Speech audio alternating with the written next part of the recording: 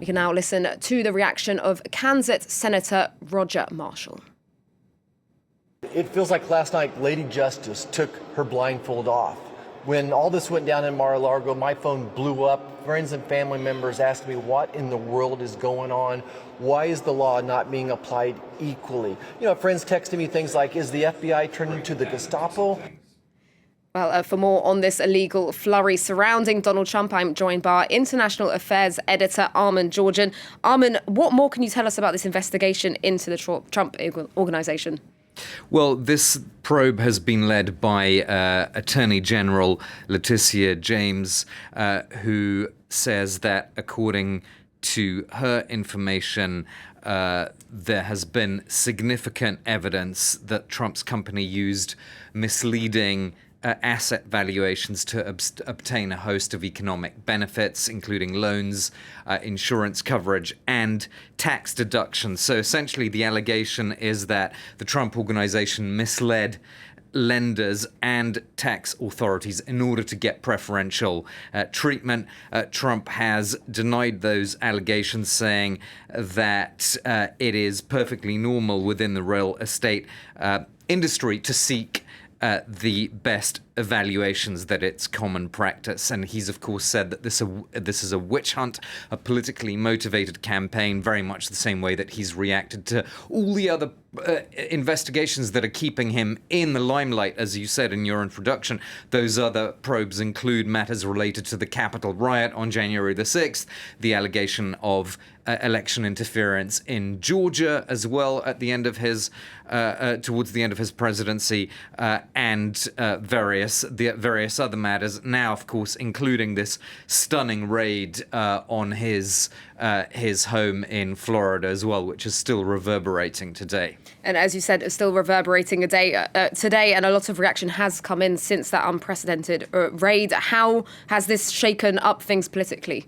Well, there was really two reactions that I was looking out for which hadn't come in amid the early reactions from leading Republicans. The two I was really looking out for were the Senate Republican leader Mitch McConnell and the former Vice President Mike Pence, both Republican heavyweights who've had an ambiguous relationship with Donald Trump, and of course Pence actually having fallen out with him. So I thought that it would be interesting to sort of take the temperature by looking at what they're saying. Mitch McConnell didn't initially react, but he did eventually come forward to say that the Attorney General and the Justice Department should provide answers to the American people and should do so immediately. And Mike Pence, former vice president,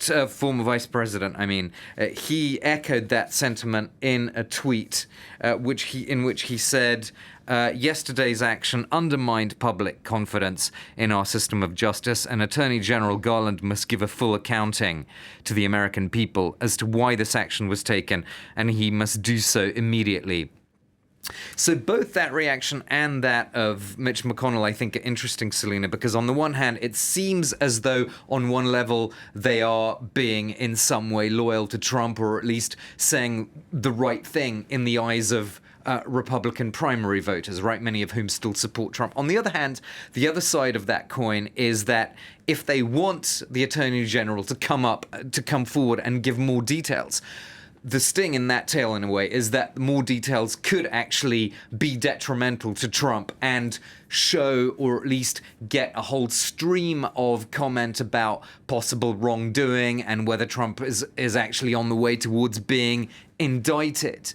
And all of that is presumably good for those Republicans who do not want Trump to run again, who want him to go away, who want a different candidate in 2024. So I think there's two ways of reading this statement and the tweet. It's that, on the one hand, yes, perhaps some kind of loyalty, but also perhaps a way of sort of encouraging information that might actually not be good for Trump. And certainly what a senior former aide to Trump has said since this raid on Mar-a-Lago is that if, and I stress if, because it's not a fact now, but if Trump were to end up being indicted, it would be very hard for him realistically to be the Republican candidate in 2024.